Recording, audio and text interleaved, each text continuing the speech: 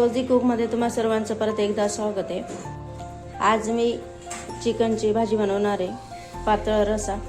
पण तो साक्री तालुक्यात बनवला जातो त्या म्हणजे तो प्रकारने मी बनवणार आहे आज नवीन रेसिपी। तर मग त्या भागात कसं बनवलं जातं ते मी तुम्हाला आज दाखवणार आहे। तर शेवटपर्यंत नक्की पूर्ण व्हिडिओ बघा, म्हणजे तुम्हाला नक्कीच कळेल। चिकन मी 1 किलो चिकन इथं घेतलेले आहे, स्वच्छ धुवून घेतलेले आहे। आता याला मी 1 शिटी घेऊन घेणार आहे, कारण चिकनला जास्त वेळ लागत नाही शिजायला। कुकर ठेवून दिलेला आहे। आता मी 2 पळ्या तेल टाकते, जास्त नाही टाकायचं शिजवायला। आता मी अर्धा चम्मच जिरं टाकते, त्याला कांदा टाकते। कांदे मस्त ब्राऊन झालेले। आता मी टाकते इथं हळद अर्धा चम्मच, आणि हळदलाही परतून घ्यायचं कांद्यासोबत। याच्यामध्ये टाकते मी चिकन, त्यालाही चांगलं खाली वरती परतून घ्यायचं।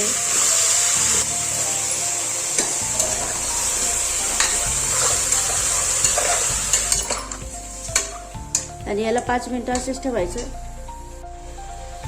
अर्धा चम्मच नमक टाकते, त्याला खाली वरती होऊन दे। थोडं 5 मिनिटं मी याच्यावर प्लेट ठेवणार आहे। जी प्लेट ठेवली आहे त्याच्यावर मी 1 ग्लास पाणी टाकते, म्हणजे तेच पाणी आपण त्याच्यात ऍड करून देऊ। त्याचंच पाणी सुकून गेलेलं आहे भरपूर। लागलं तर टाका, नाही तर मग तर टाकायची गरज नाही। पण थोडं टाकून देते, कारण मग शिजायला प्रॉब्लेम नाही होणार।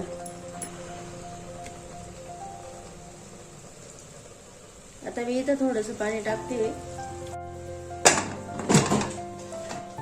आता 1 शिटी वाजतापर्यंत आपण मसाला रेडी करून घेऊया।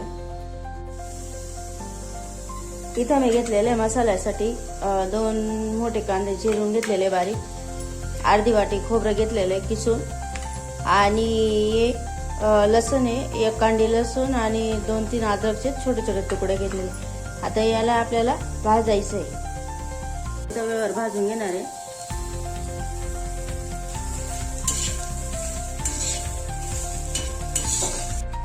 कांदे आपले भाजून रेडी आहे। आता आपण हे कांदे काढून घेऊया, छान ग्रेव्ही बनेल त्याची। आता मी इथं खोबरं पण घेतलेलं आहे, खोबऱ्याला पण चांगलं भाजून घेते। कच्चं नाही ठेवायचं खोबऱ्याला, सुकं खोबरं आहे, त्याला चांगलं परतून घ्यायचं। लालसर झालं का खोबरं पण काढून घ्यायचं।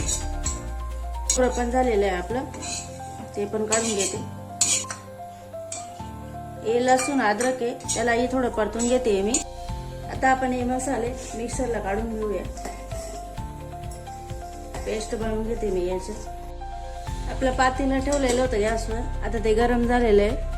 मी आता तेल टाकते, थोडं जास्त टाकते। 3 पळ्यांचा अनबन टाकलेलं आहे, त्याच्यामध्ये टाकते मी 1 इलायची, हरी इलायची, आणि मोठी इलायची 1 चक्रफूल, आणि दालचिनीचं थोडंसं तुकडं, आणि 3-4 तेजपत्ते टाकते। जो मसाला आपण मिक्सरला काढलेला होता, हा जी ग्रेव्ही बनवली होती, ते आता याच्यात टाकणार आहे। लाल मसाल्याला चांगलं शिकू द्यायचं, जोपर्यंत ते तेल सोडत नाही तोपर्यंत।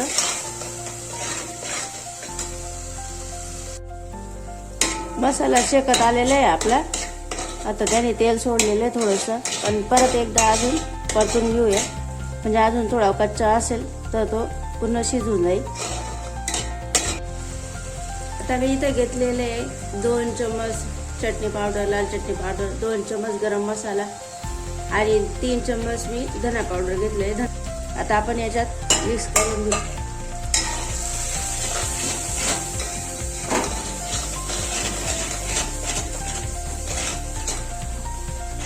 तुम्हाला जर मसाला असं चिटकत असेल, खाली लटकत असेल, तर याच्यामध्ये जे आपण चिकन शिजवले त्याचं जे पाणी राहतं ना, ते याच्यात ऍड करायचं थोडंसं। आता मी थोडंसं याच्यामध्ये ते पाणी टाकणार आहे,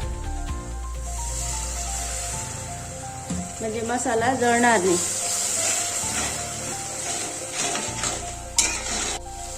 शिजायच्या वेळेस मी कमी नमक टाकलं होतं, मग आता इथं 1.5 चम्मच टाकते, तुम्ही तुमच्या स्वादानुसार टाकू शकता। इथं मी कस्तुरी मेथी टाकते, तिलाही चांगलं बघू शकता किती छान ग्रेव्ही झालेली आहे आपली। मग आता याच्यावर शेकून झालेला आहे आपला मसाला।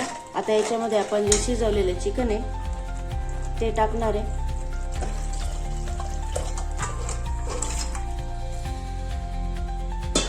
मग त्याच्यात जर पाणी ऍड केलं किंवा 4-5 लोकांचा जर स्वयंपाक असला तर मग ते पातळ होऊन जातात। मग तेव्हा ते याच्यात एसरचं पीठ मिक्स करतात। तर माझ्याकडे एसरचं पीठ नसल्यामुळे मग मी काय करणार आहे, 1 चम्मच डाळीचं पीठ घेणार आहे आणि अर्धा चम्मच थोडंसं बाजरीचं घेणार आहे। हे बाजरीचं घेतलेलं आहे मी। आता ते दोघी आहे ना भाजून घ्यायचं चांगलं लाल होईपर्यंत। आपलं पीठ भाजून झालेलं आहे। जे आपण पीठ भाजलेलं होतं ते मी अर्धा चम्मच घेतलेलं आहे। आता याच्यात पाणी टाकून मग भाजीत ऍड करणार आहे। गरम पाणी केलेलं आहे मी आता भाजीमध्ये थोडंसं टाकते, जास्त नाही टाकायचंय। आता आपण जे केलेलं होतं ना, पीठ भाजलेलं होतं ना, ते मी पातळ करून आता भाजीत टाकणार आहे। म्हणजे भाजी उकळली का एकदम छान ग्रेव्ही बनून जाईल। जास्त पातळ होणार नाही आणि जास्त घट्ट होणार नाही। थोडं चाळून घ्यायचं आणि भाजीला चांगली उकळी काढून घ्यायची। भाजी आपली रेडी आहे। पहा किती छान तरंग आलेली आहे, भाजीला तरी आलेली आहे आणि पीसही छान आहे। त्याच्यामुळं आता मी इथं कोथिंबीर टाकणार आहे, टाकायची आणि गॅसला ऑफ करायचं आहे। छान भाजी झाली ना। चिकन थाळी रेडी आहे। भाकर आहे, चिकन आणि रस्सा आहे, भात आहे, कांदा आहे। कशी वाटली तुम्हाला माझी चिकन थाळी? जर रेसिपी आवडली असेल तर नक्की सबस्क्राईब करा।